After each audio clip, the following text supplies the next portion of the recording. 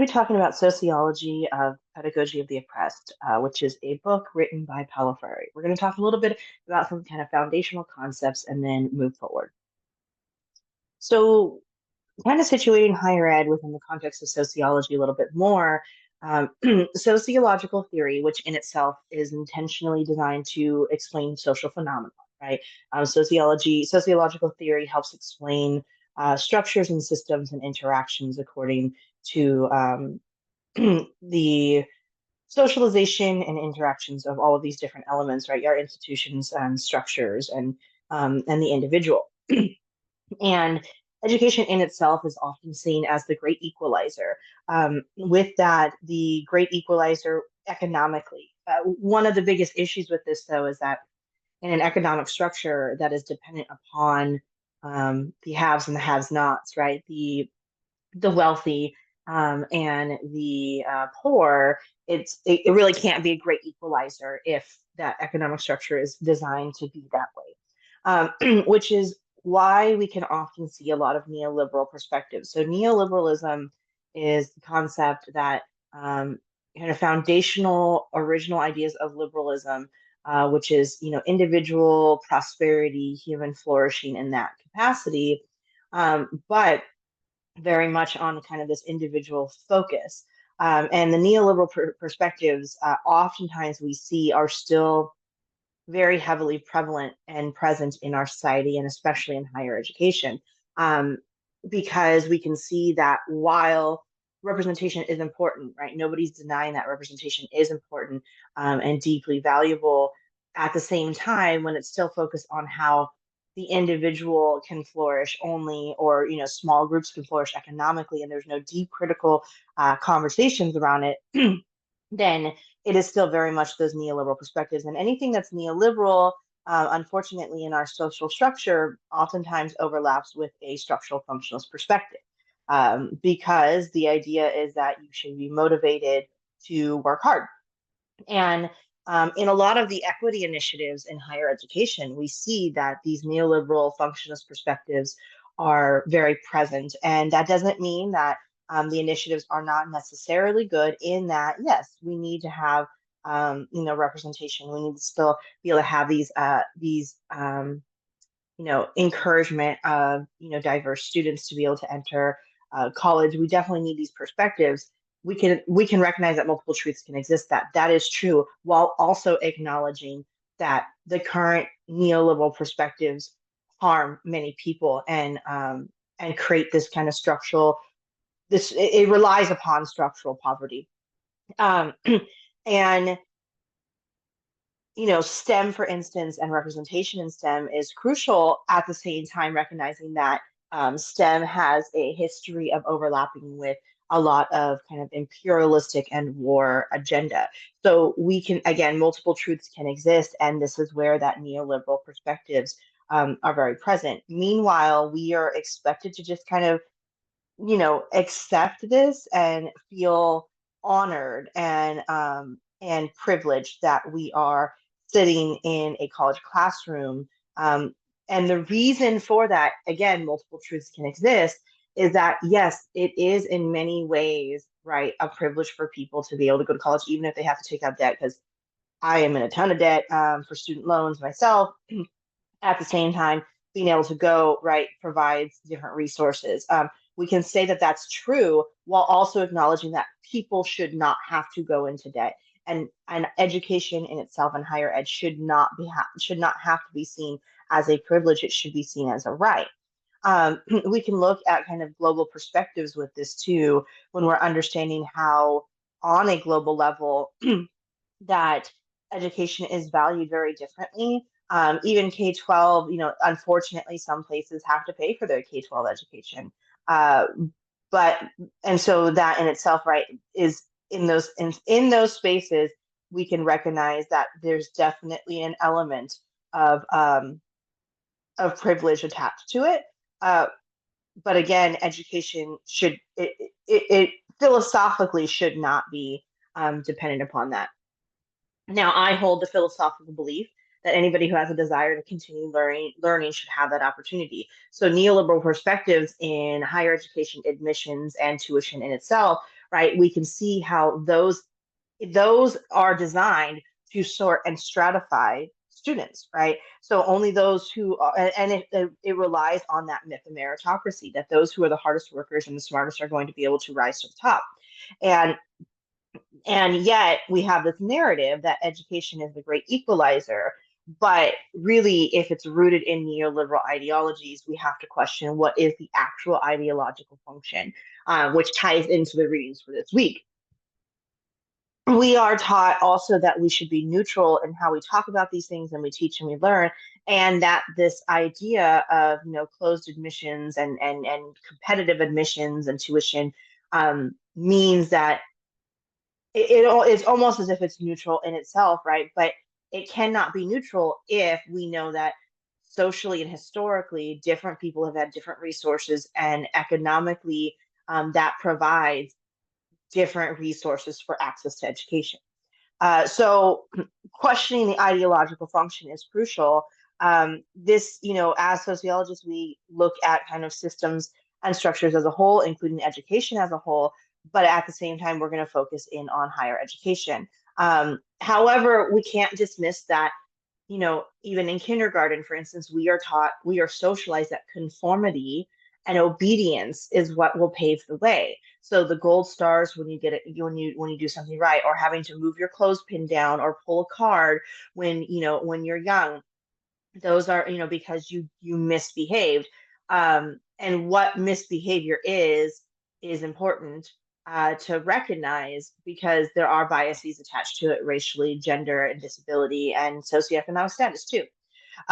So when we think about what the ideological function is, that's important to recognize. One of the things that you've probably heard me say already is that like multiple truths can exist, right? And truths, that's truth little t, going back to last week's lecture around ontology and epistemology, kind of thinking about these truths. We have to kind of find a way to reconcile our socio-political realities with the philosophical underpinnings. So a prime example is that even though I believe that admissions to higher education should be open, the only reason why they're not is that this idea of competitiveness fuels the capitalistic agenda, right? The neoliberal perspective. Um, and let me make it very clear, I may have mentioned this in the last lecture, but whenever I talk about an anti-capitalist stance, a lot of people tend to hold this kind of belief that that means that I hold a very strong either communist or socialist stance. Um, Philosophically, we can see that the underpinnings of all three of these are very different.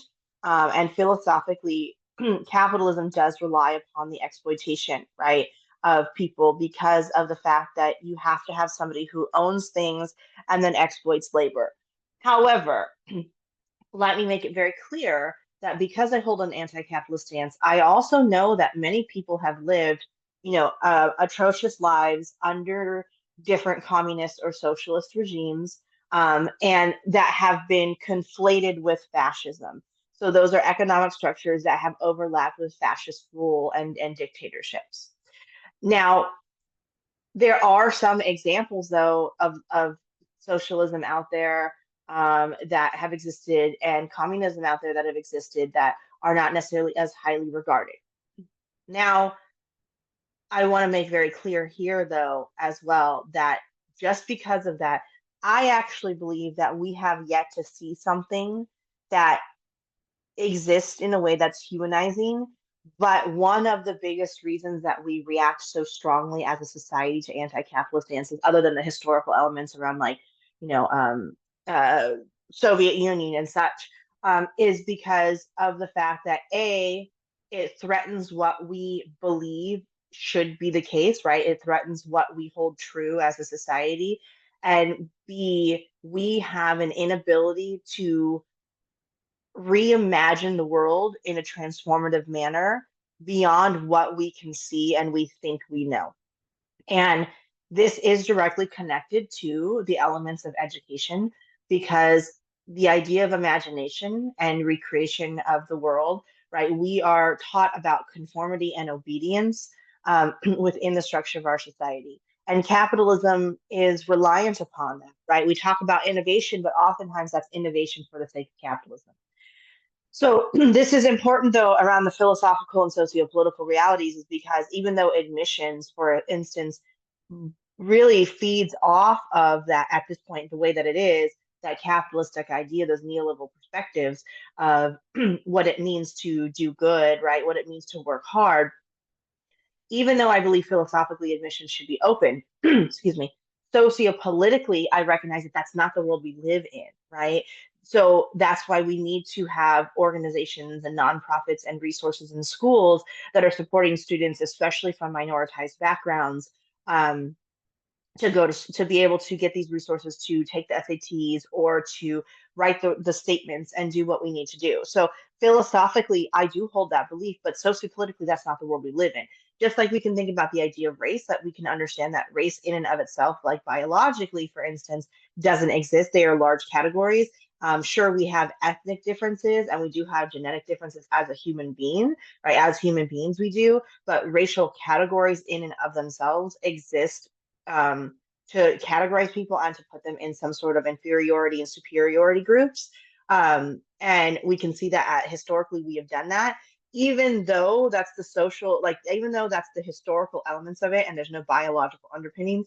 Sociopolitically, there are very real implications for that, right? Sociopolitically, we cannot pretend that race does not impact people, right? We have cultural backgrounds, which race, culture, and ethnicity are not the same thing, but they can overlap, but they're not the same thing.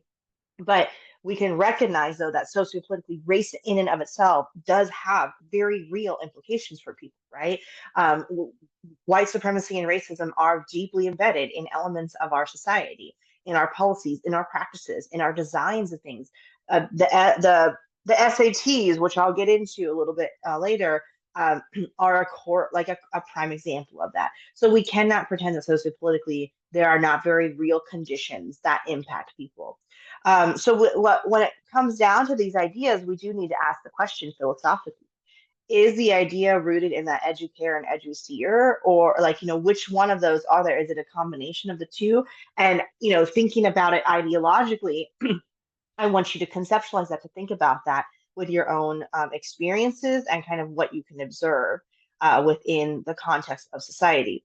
So then the question should also be, is education neutral, and how and can it be neutral? Um, Arguably, we can't be, because our sociopolitical realities aren't neutral, right? Having this online class, that is a very real political reality that comes from the state. The state determines what we can and cannot do during what time of the year. Um, La Jolla, I've shared this before in my classes, La Jolla did not allow people of color to live within its boundaries until the like 1960s. So, that and the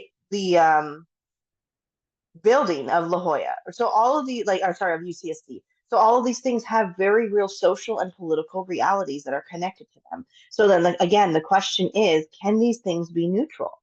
And that's something that we're going to explore a little bit more in terms of the history of education, as well as like kind of our experiences in higher ed. So pedagogy of the oppressed is, so they kind of breaking it down. Pedagogy is in itself is the idea of, it's a method and practice of teaching, right? That's kind of just what pedagogy is. It's like the study of and the act of teaching, in teaching.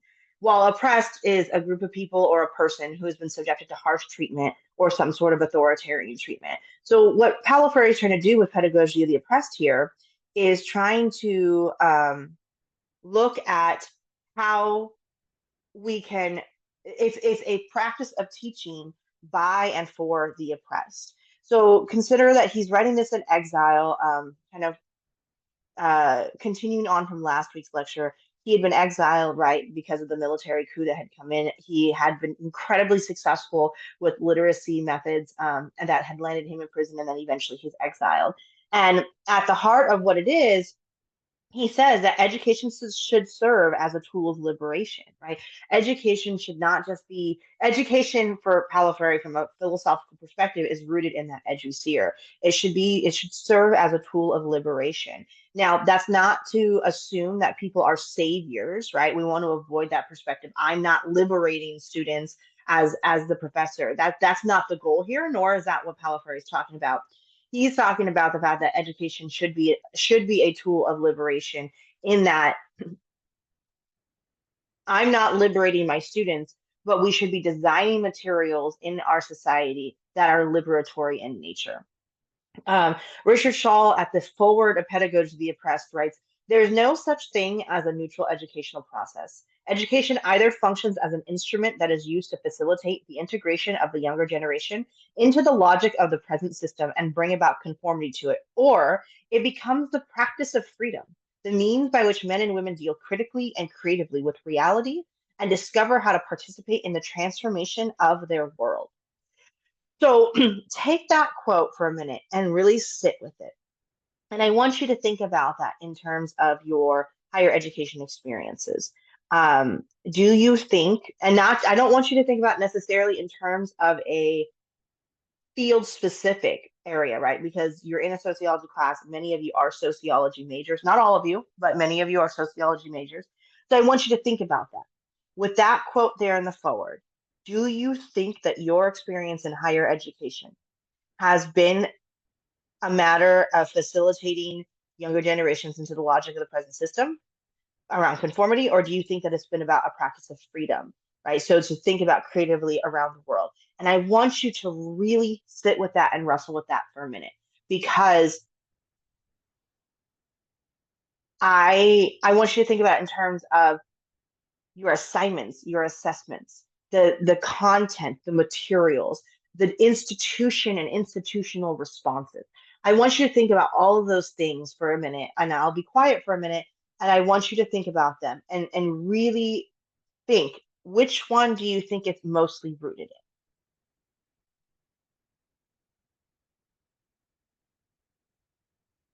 in? And while I will be going on to the next slide shortly, you please pause this video to think about it.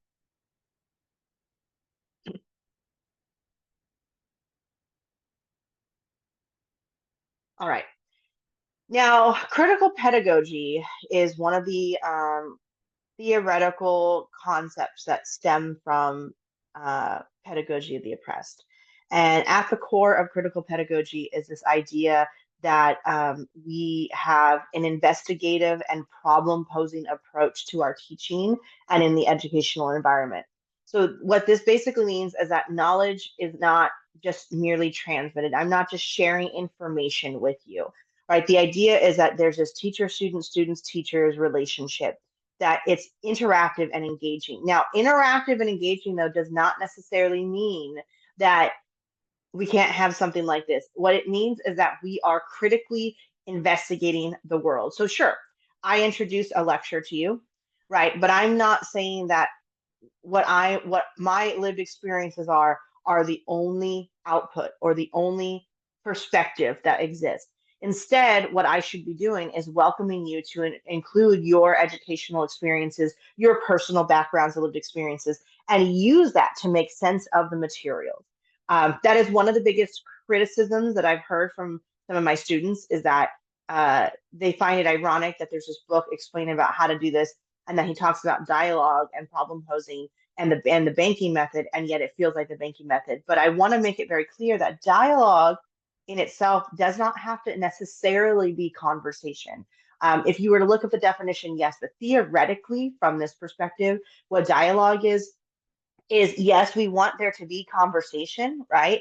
But we need to look at how dialogue can take place to critically analyze and understand the world. And that's what problem posing is. Problem posing is investigating the world and the social and political realities of the world to make sense of our own lived experiences. And that's why he was so successful in his literacy methods, which, by the way, were for adult education, right? So you are all adults, and it was for adult education. Um, and the reason that he talks about this in critical pedagogy is that what happens is he was witnessing this idea of paternalism in society. So paternalism, um, he says, creates this culture of silence. And that culture of silence pushes us to just accept domination, right? To just accept that, a group of people or a select group of people will dominate us as a group of people. And as students, that is so often something we see, right? That the engagement between professor and students. And now, let me back it up real fast and say that one of the things that Paulo Freire talks about is that there's these kind of layers or these elements, right, of the oppressor and the oppressed. And it is crucial that in chapter one, which you're reading this week, and I'll explore a little bit more in next week's lecture, he talks about how like the oppressed often, not often, a lot of times the oppressed will so desperately want to have the conditions that are different that they'll adopt the philosophies and narratives of the oppressor, but they themselves are not oppressors, right? Because they aren't in a position to maintain the structural conditions or change the structural conditions for them to be oppressors. Um, and sometimes that's what happens with your instructors or counselors. Now, that does not make it okay, though. And there is a level of power because as your professors, we can't pretend that we don't have some sort of, maintenance of grades, for instance. So this idea of paternalization, though, or paternalism in this case, is the idea that those in positions of power that can change these systems and structures on smaller scales or larger scales, this paternalism, excuse me, is the idea that there's a belief that we have that the person that there is a best interest of the people. So think about that for a minute in terms of even now in the social and political conditions that are happening. This paternalism, what are some examples you can think of in society and then in higher education? The idea that there's this best interest of the people. Um, and in this case, then people can become oppressed in this idea, leading to that culture of silence, leading to that acceptance of domination.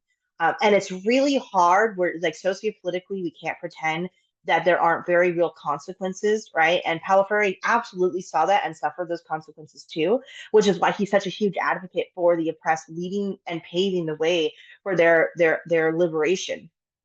And in this case, one of the crucial ways to do that is the development of critical consciousness.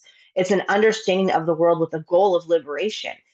And what sometimes happens, though, is that the oppressed want to become the oppressors, and there's not that critical consciousness. You can kind of see an overlap, right, between class consciousness with Marx, which is where you can see the intersection between Paulo Freire and Marx. Marx did heavily influence Paulo Freire with this. And we can see that that goal of liberation is there. This is overlapping with critical theory, which at the core of critical theories are to critique and challenge power structures that are often leading to oppression. Horkheimer first introduces the concepts of critical theory versus traditional theory. Traditional theory was intended to just understand what's happening, while critical theory was to understand what's happening and propose the criticisms and critiques of these power structures. And so Paulo Freire wants really the oppressed to recognize this. It's scary, though. One of the elements in Pedagogy of the Oppressed that he talks about is how sometimes the oppressed don't want to be liberated, not because they don't want to be liberated, but because of the fact that it can be terrifying to have a fully liberated life. Um, and think about that on an interpersonal level, right? Even a psychological level, that some people do struggle with that, to struggle like without a schedule, to struggle without somebody telling them what to do, or to, and that can be really terrifying. Now, think about it on a collective level. That's kind of one of the elements here of critical pedagogy, is the idea of like really encouraging people to accept that liberation and have liberation as the goal. Another concept that comes up is the concept of praxis. Now, praxis is critical reflection and action. He says this can be done only by a means of praxis, reflection and action upon the world in order to transform it. And praxis is probably one of my responses and answers to higher education. Higher education, it relies upon scientific inquiry and contributions to scientific knowledge. Now, in the social and behavioral sciences, what that looks like is that's the difference between like a PhD and an EDD. A PhD is a doctorate of philosophy with an area. So I have a PhD, and my doctorate of philosophy is in education. So I have like a very deeply critical perspective of education, and I'm contributing to scientific knowledge when I write things and publish things. An EDD is intended to be a doctorate of education. So those are two different degrees, though. And a doctorate of education is more intended to have um, the know-how and perspectives to be able to lead a school, for instance, or it's more applied, so it's applicable, while a PhD is more about contributions to scientific knowledge. Now, praxis, though, is pushing us and saying that theory isn't enough. Now, theory is beautiful. I'm an incredibly theoretical person. Theory is beautiful and wonderful. But for praxis, it's we need that critical reflection, which can look like theory and action. For me, the biggest question I ask is if you understand the consequences, you have a critical reflection. How are you not compelled to act, right? If you know the outcomes of it, how are you not compelled to act? A good example would be like, let's say you see somebody get really, really hurt. You know that there might be consequences with that, right? Like leading up to their death, for instance, right? If you see somebody that fell off of like a fourth story balcony, you're not going to necessarily just do nothing and walk away not knowing that there are consequences, right? You know that there are consequences. Now that it's not your responsibility to save them, but we could call 911, right? We can have some sort of actionable, plan with that. So for that kind of thinking about that, like if you know the consequences, how do you not feel compelled to act with that? And that's the element of praxis here, is that we cannot really change and transform the world if there's not this idea of praxis. Um, Palafreri also writes, it is only when the oppressed find the oppressor out and become involved in the organized struggle for their liberation that they begin to believe in themselves. This discovery cannot be purely intellectual, but must involve action, nor can it be limited to mere activism, but must include serious reflection. Only then will it be a praxis. So what he's saying here is that we can't just simply say, I want to change the world, which we can, right? We can. But he's saying that you can't just immediately jump in and do nothing and not have some sort of call to action. You need to name it. You need to name the world. You need to name what's happening.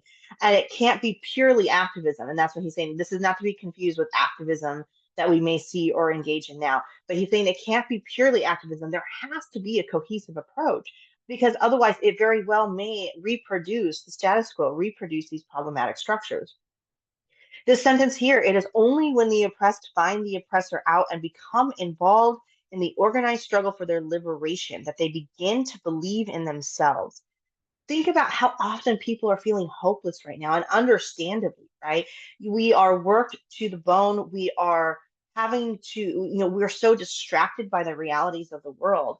And in this quote here, he's saying that only when the oppressed realize what the oppressor is doing and they're involved in the organized struggle, in the organization, in organizing toward their own liberation, are they going to really believe in what they can accomplish and what they can do.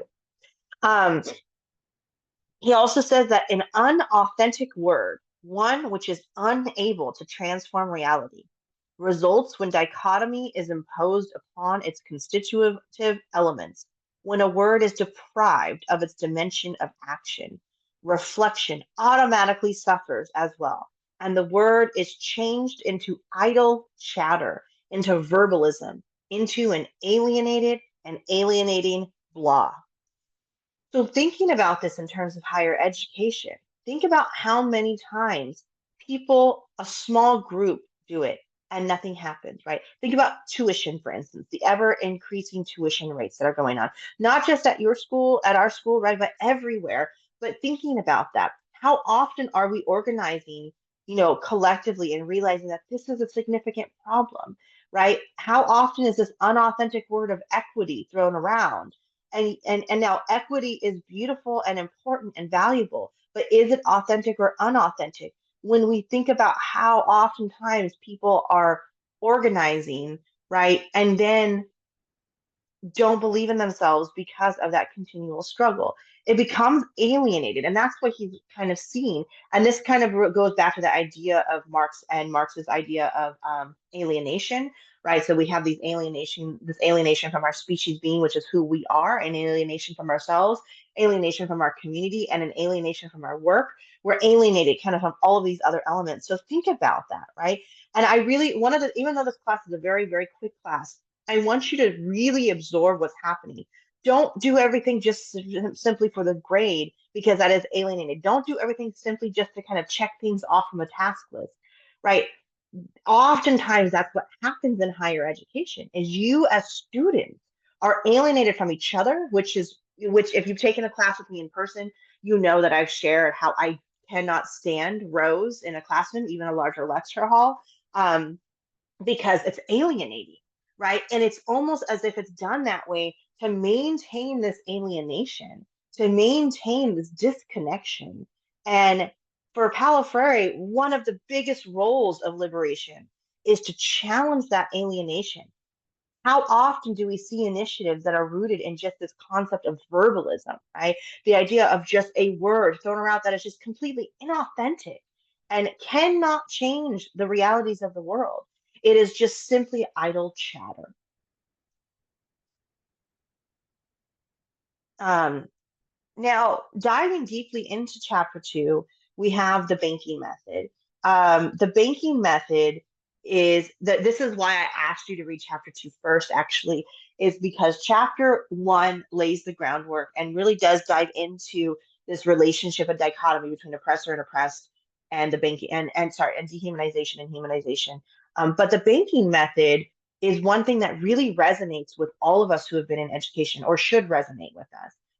He says the outstanding characteristic of this narrative education then is the sonority of words, not their transforming power. 4 times 4 is 16. The capital of para is the limb. The student records, memorizes, and repeats these phrases without perceiving what 4 times 4 really means, or realizing the true significance of capital in the affirmation, the capital of para is Belém. That is what Belém means for para and what para means for Brazil. Narration with the teacher as narrator leads the students to memorize mechanically the narrated content. Worse yet, it turns them into containers, into receptacles to be filled by the teacher. The more completely she fills the receptacles, the better a teacher she is. The more meekly the receptacles permit themselves to be filled, the better students they are. Now, the banking method and a criticism of the banking method is not saying that some memorization is not important. It is. But we can see that creativity from a very early age is there. There was a study that was done on divergent thinking. And this study on divergent thinking followed different groups of people and basically asked them, what can you do with a paperclip? And one group had over 100, like individually, had over 100 responses on what they can do from a paperclip. And the last group could only come up with a handful of responses. I think it was something like 7 or 8 different things. You know what the significant difference was between that first group and the last group? The last group were college students and adults. The first group were kindergartners. Kindergartners exhibit this high level of reimagination and imagination, being able to conceptualize things that are beyond the scope of what we hold as fact in our world. And the banking method is designed to create what he calls narration sickness, right? This idea of just simply memorizing. Simply memorizing is not useful in the big picture. And I would say simply memorizing. Sure, sometimes memorization is important to some extent, right? We're not denying that, like the periodic table, but at the same time, now imagine going beyond that.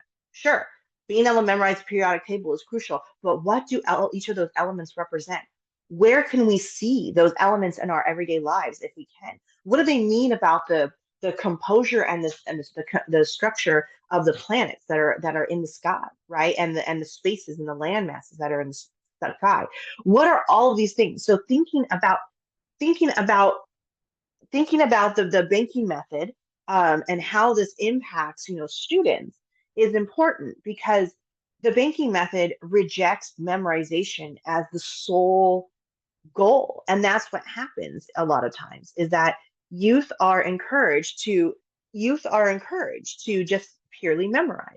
Um, and that's kind of that's what that is. The banking method is basically this reliance upon educare, right? Basically molding people into generations of the past. He's not saying that some sort of foundational knowledge and memorization isn't important. He's saying that simply the idea that teachers seeing students as essentially their own receptacles, their own containers to just dump knowledge into, or facts and ideas and information into it is important. And there's this idea of information and knowledge being the same, but think about all of the historical origins and ancestors and people that have maintained knowledge and recreated, and each generation that recreates knowledge and and and makes this beautiful, these beautiful contributions different than information, right? And in this case, the banking method is saying, like, for instance, this idea of the capital here, what does that mean? What that means is that that's where power is housed, right? Thinking about in terms of California, Sacramento is our capital. Sure, we can just memorize what the capitals are, but what does that mean? The capital is where power is housed, right? It's where decisions are made. It's where laws are passed and policies are put into place. It is not enough to simply memorize, and the memorization doesn't have anything to do with anything if it's not contextualized. Even interdisciplinary, like this interdisciplinary and across disciplines, it's important to see how the banking method creates this narration sickness. The sciences, for instance, and math are not value free. We have a lot of ideas around this, and as a society, sometimes there's this argument that it is neutral and it is value free, but it cannot be. It cannot be, and that's why the banking method is so harmful. Is to think about how this assumption that they're value free is there. And the reason I say this is that the going back to the STEM fields, think about how often different sciences are used to create weapons, right? That wipe out entire groups of people. Think about how eugenics was posed as a science, and eugenics was used as an argument to wipe out groups of people and still are, right? Even in the medical field, think about medicine. Medicine is a STEM field, right? Medicine is a STEM field, but yet we can see that Black women die at higher rates when it comes to childbirth, or we can see that women who are in prison even still are being offered opportunities to have complete hysterectomies so they don't reproduce because of structural problems that have put them in prison, right? And yes, they have choices and stuff. I understand that. But even then, the structures and systems in place. So these are not value free. It's not enough to simply memorize. We have to understand what it means in the larger social structure.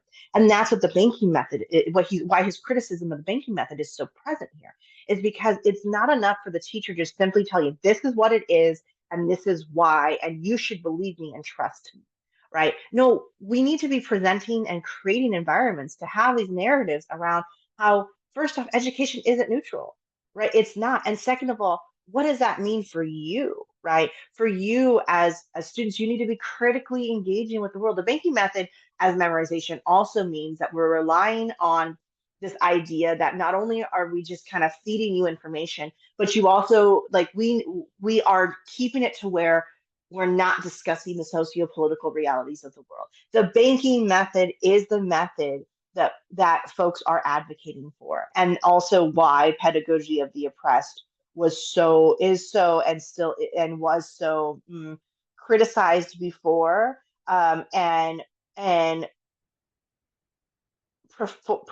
people have tried to ban it in many places. And so, within this case, right, this idea of being turned into containers, that means you as students are being objectified, turned, and dehumanized. That is what that is, right? If you are looked at as a container or a receptacle simply to fill, you are objectified. You are no longer seen as human. And that is one of the reasons why Paulo Freire is so critical of the banking method. First code word is cafe. The first code word is cafe. Okay. Paulo Freire says, the truth is, however, that the oppressed are not marginals, are not people living outside society. They have always been inside the structure which made them beings for others. The solution is not to integrate them into the structure of oppression, but to transform the structure so that they can become beings for themselves. Such transformation, of course, would undermine the oppressor's purposes, hence their utilization of the banking concept of education, to avoid the threat of student conscientization. Implicit in the banking concept is the assumption of a dichotomy between human beings and the world. A person is merely in the world, not with the world or with others. The individual is spectator, not recreator. This is vital because we use the word marginalized a lot, and I've even used it too. You'll hear me oftentimes say minoritized and marginalized, and we use that a lot in higher education. But what Paolo is pushing us to see is how folks are not in the margins, right? Think about the margins on the paper. That's kind of where that phrasing is. They're not in the margins. They're not living outside society. They've always been a part of society, but they're a part of society and in the structure, a structure that has been created for other people, created for those in positions of power. And he says that the solution isn't to just simply assimilate and conform and bring people into the structure and a structure of oppression in and of that self, right? But it's to change it so people are beings for themselves, not in an individualistic way. Let me make that very clear, but in a way that we can be who we are, we can be valued, we can be liberated, right? And he says that what happens though is that this undermines the oppressor's purpose. And because of that liberatory nature, the undermining of it the undermining of it ends up resulting in the oppressor using the banking method in education, expecting this. And think about it now. Think about the social implications of the world today, right? There is a lot of information out there currently um, on the most recent thing around Project 2025, as one example. Project 2025 will rely heavily on the banking method because when you have groups of people who are liberated, it threatens the oppressor's purposes. Right? Project 2025, by the way, is not an administrative specific thing. It actually is done by a nonprofit organization outside. If you have not heard of Project 2025, I absolutely suggest that you that you look into that, and you're going to see elements of the banking method now very present in there. And it relies though on students not being viewed and pushing them to not view themselves as being in the world, right? They're not seeing them with the world together, but simply just existing. That's the purpose of this. The individual is simply a spectator. They're just looking in. They're not there to recreate the realities of the world. And that is an element of the banking method. Now, thinking about that idea of creativity that I mentioned a while back, um, we also can see how the banking method really dampens our spirit, right? But dampens the purpose of education. So oppression, overwhelming control is necrophilic. It is nourished by a love of death, not life. The banking concept of education, which serves the interest of oppression, is also necrophilic. Based on a mechanistic, static, naturalistic, spatialized view, apologize, of consciousness, it transforms students into receiving objects. It attempts to control thinking and action, leads women and men to adjust to the world, and inhibits their creative power. This idea of necrophilic is something that is incredibly attracted to death. And that's what he's saying here is that the role of oppression, of controlling people, in turn is connected to this idea of the banking model of education.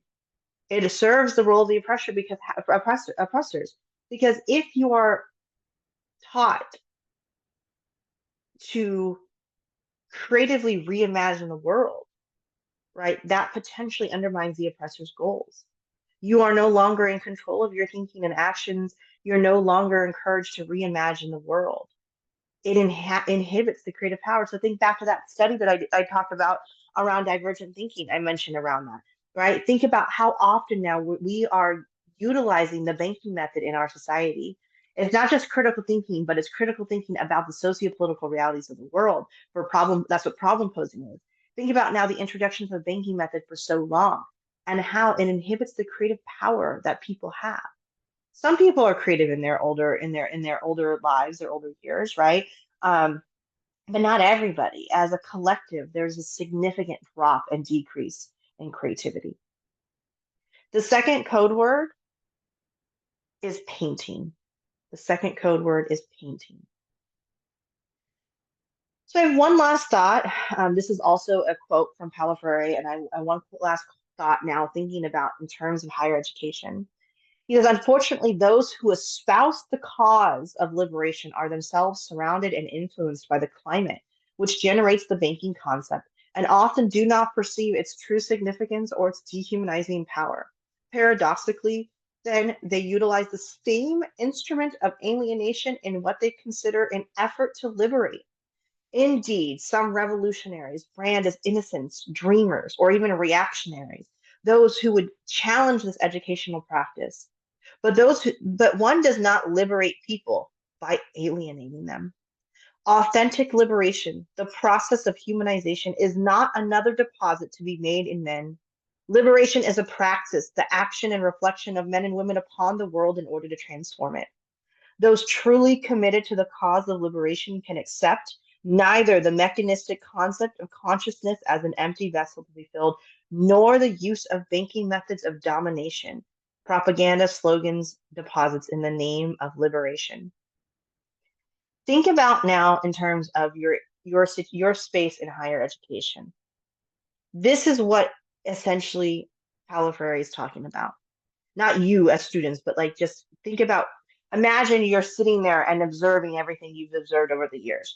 And what he's saying here is that even people who claim for liberation, even people who would instead be revolutionaries, who are revolutionaries and are challenges, will sometimes brand themselves as here, innocents or dreamers or reactionary. And what happens is that the use of those things as this propaganda and the slogans and all these phrasings, it ends up being potentially alienating to people. Think about, and it's complicated because sociopolitically, some people need to do that, right? To protect their space in a world that will not value them and could cause real harm or death to some people, right? We can't pretend that that's not a reality sociopolitically. However, multiple truths can exist, as I've said, right? And so thinking about this at the same time is that it's hard because a lot of times these slogans, these hot words and buzz phrases end up being simply a matter of rebranding, and it's alienating, right? Think about maybe how many times you've interacted with somebody at in whether it's an instructor or a counselor or an admin or whoever it is, where they use these buzzwords, but it doesn't feel authentic. They use these phrases, but there isn't a resonation or a connection to them, right? They're not resonating with you. Think about how alienating this may feel.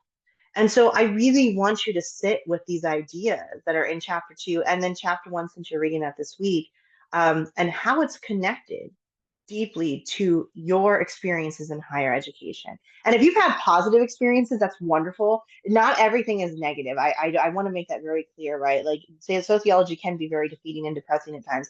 So I don't want it to feel like it's always going to be just simply negative. If you've had positive experiences, I absolutely want to hear about those too, please, because those are also the experiences and examples that we can use to combat some of these struggles that we have, some of these issues. So it does not have to always be negative. If you've had positive experiences, by all means, share those too, because those are beautiful and wonderful, and we need those to lift up each other within hope. So as we're moving forward, think about that. I do want to kind of just real fast make a note, right? Pedagogy of the Oppressed is being written in the 1960s. Paulo Freire talks about how his work should not be taken as gold, right? Like, should not be taken as like the sole outcome. His goal and hope is actually for people to build onto that and to understand that within new socio-political realities, essentially. And I say that because Bell Hooks, who did work very closely with him at one point, had criticized him to him and had mentioned how, like, yeah, there is a lack of gender analysis, for instance, within there, and there's a lack of of different levels of identity and analyses within it. And Bell Hooks also explains though how, while that is true, one of the beautiful parts of Paulo Freire's work is that um, one of the beautiful parts of Paulo Freire's work is that it's intended to never be like, the idea is journey. The idea is that liberation is a journey. It cannot be a one-stop destination, and because otherwise, as people grow and change and exist, and things are transforming. Different situations are going to happen and arise, and justice cannot be, and liberation cannot be an end. Like, it cannot be a one-stop destination. It is an ongoing journey. um and I say that because otherwise it has, if we look at it as a singular destination, that ends up allowing space for further oppression and exclusion of people, right? Of different groups of people who are not involved in that conversation. Your generation, and I don't mean like your generation in terms of age. I mean the generation in which we exist right now have very different lived experiences than 20 years ago, 50 years ago, 100 years ago. So we cannot pretend that justice and liberation are a one-stop goal. Like, we can strive for a true liberation of everybody. That's beautiful, but as of now, we have to recognize that it's going to be an ongoing journey. And having that and understanding that in terms of Paulo Freire's work and Bell Hooks' criticism, Bell Hooks actually explains that one of the beautiful parts of critical pedagogy and problem posing is a recognition that we can appreciate his work even if it has some of these gaps, because we need to recognize the constant transformations that are taking place. So I just wanted to kind of conceptualize that, especially when we're thinking about kind of like the binary and how sometimes he uses just the word men, right? He's talking about the collective, but then he also does switch between men and women. So thinking about these elements as we move forward in terms of language and different theories that we're introduced to are helpful. Um, all right, so I gave you the two code words, and let me know if you have any questions.